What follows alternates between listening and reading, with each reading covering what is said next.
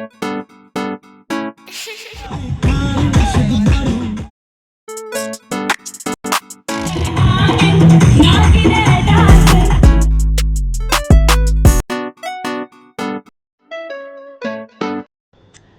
Everyone, আসসালামু আলাইকুম। আমি Faria Parvez. Welcome to my YouTube channel Faria Parvez. অনেক দিন পর আবার একটু লং ব্লগ ভিডিও নিয়ে চলে আসলাম।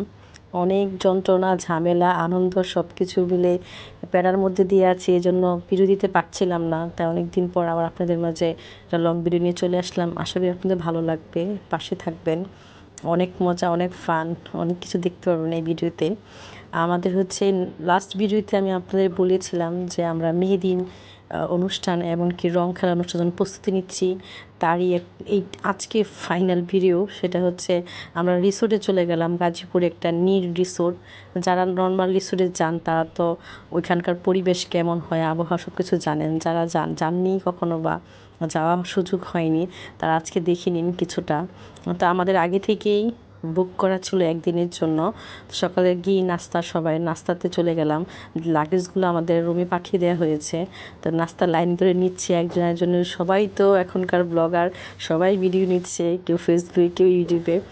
তো আমাদের সবাই আমরা ফ্যামিলি মেম্বার একজন একজন করে ভিডিও নিচ্ছে।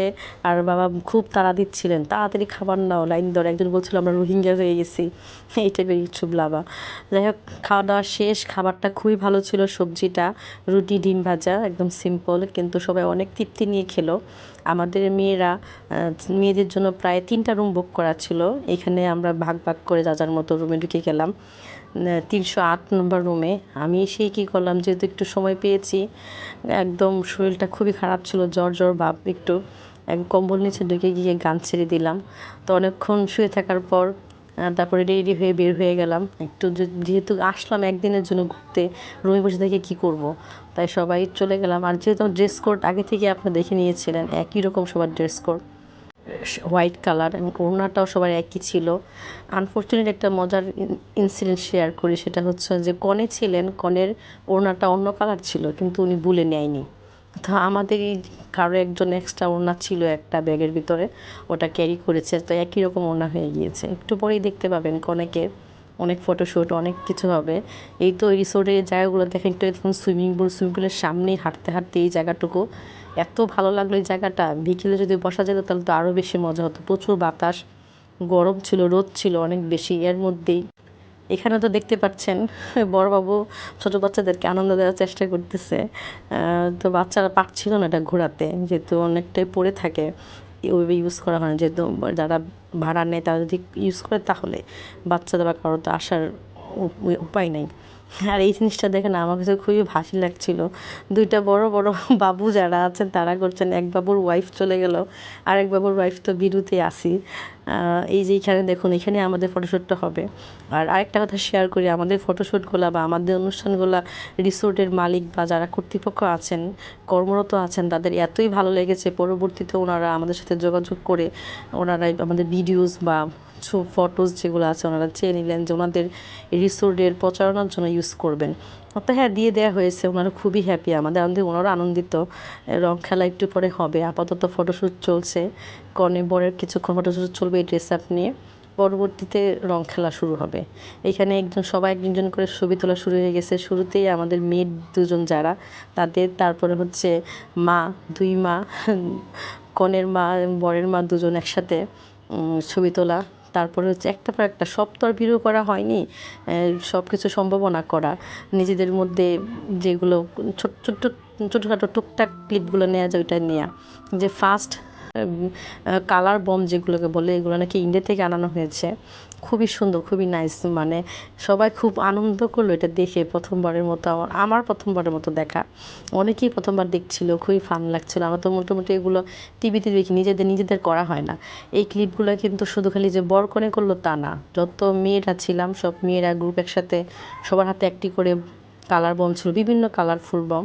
আবার ছেলেরা একটির সাথে, আমার কাছে ওই ভিডিও ক্লিপগুলো নাই, কিন্তু আমি ভিডিও শেষে যে পিকচার আমার হাতে কিছু এসেছে, পিকচার অ্যাড করে দেবো, আশা করি আপনাদের ভালো লাগবে। এখানে দেখুন একটা শেষ, তারপরে আবার ওনারা করে নিজেরাও খুবই আনন্দিত বর কনে, ওনারা আবার আরেকবার ক্লিপ নিল। আবার এখানে দৌড়াদৌড়ি লাফালাফি। এখানে একটা ক্লিপ চলছিল সেটা হচ্ছে বরকনে দৌড়াবে, আমরা পিছে পিছে তাদেরকে ধরার চেষ্টা করবো, এরকম একটা কিছু। এগুলো না হয় বরকনের যে বিয়ের ভিডিওর জন্য রয়ে গেল। আমরা না হয় আশেপাশে কি হলো ব্যাক সাইড ভিডিওর ব্যাক সাইডে যা আছে তা হয় ক্লিপ হিসেবে রেখে দিলাম। এই যে এখানে দৌড়াচ্ছে আমার ছেলে, খুব মাশাআল্লাহ খুব ফান করছে। ওর বাবা প্রথমে যেতে চাচ্ছিলেন না, ওর হচ্ছে জ্বর ছিল শরীর, এই জন্য তারপরে আমি জোর করে নেয়া, আমার ছেলের জন্য মূলত জোর করে নেয়া।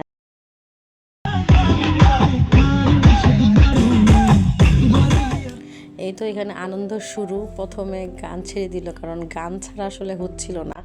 দেখুন কি পরিমাণ রোদ আর প্রচণ্ড গরম, সেজেগুজে করে আর কোনো লাভ নাই। সবাই ঘামতে ঘামতে সাজছে, একটু পরে রং মেখে তো আর অবস্থা শেষ। ওইটা তো আর বলা বাহুল্য যে আমি ভাইকে বারবার বলছিলাম যে ভাই আপনিও জয়েন করে ফেলুন, নাচ তো হবে, সেটা সামনে আসছে, ভিডিও চলছে, দেখতে থাকুন, নাচ সামনে হবে। তারপর অনেকক্ষণ ফটোশ্যুট করার পর সবাই বলছিল যে খাবারটা খেয়ে নিই দুপুরে, না হলে অনেক দেরি হয়ে যাবে।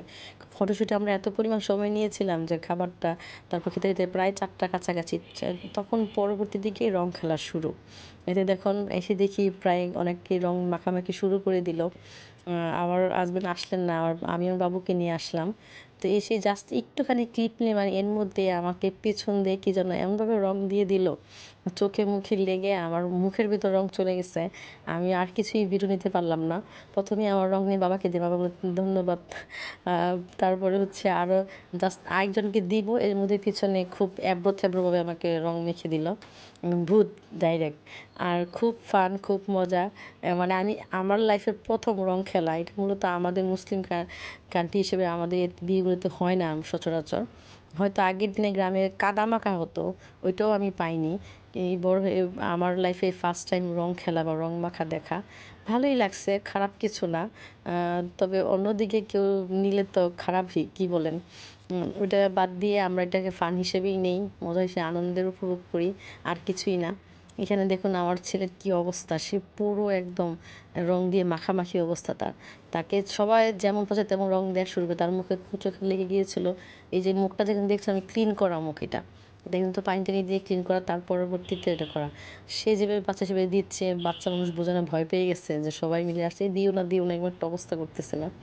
এই তো ওকে আরও রং মাখবে। ওর পরবর্তীতে কিছু ভিডিও বা ছবি আছে, আপনার দেখলে হাসতে হাসতে মানে খুন হয়ে যাবেন, এরকম পরিস্থিতি।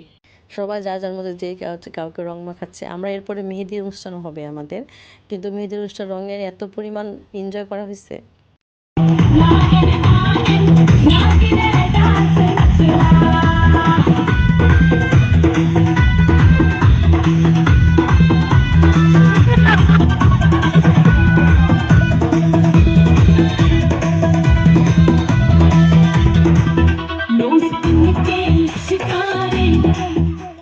এই তো এখানে আমাদের রঙের যে ভিডিও লাস্ট আনন্দ দিয়ে শেষ করে দিলাম। বর খুব সুন্দর করে নাচলো, ভাইয়ার নাচ দেখে আর মানে নিজেকে সামনে রাখার মতো না, সবাই খুব নাচছিল। আমার ছেলে সুইমিংয়ে নামার জন্য আসার পর থেকে শুরু করলো সুইমিং সুইমিং সুইমিং। তো শেষ পর্যন্ত সে সুইমিংয়ে নামতে পারলো। এটা শুধু বাচ্চাদের জন্য, যেহেতু দেখতেই পাচ্ছেন পানি কম। পাশেই আর একটা বড়, এটা হচ্ছে বড়দের জন্য, বা ছোটরা যেতে পারে যদি উইথ গার্ডিয়ান।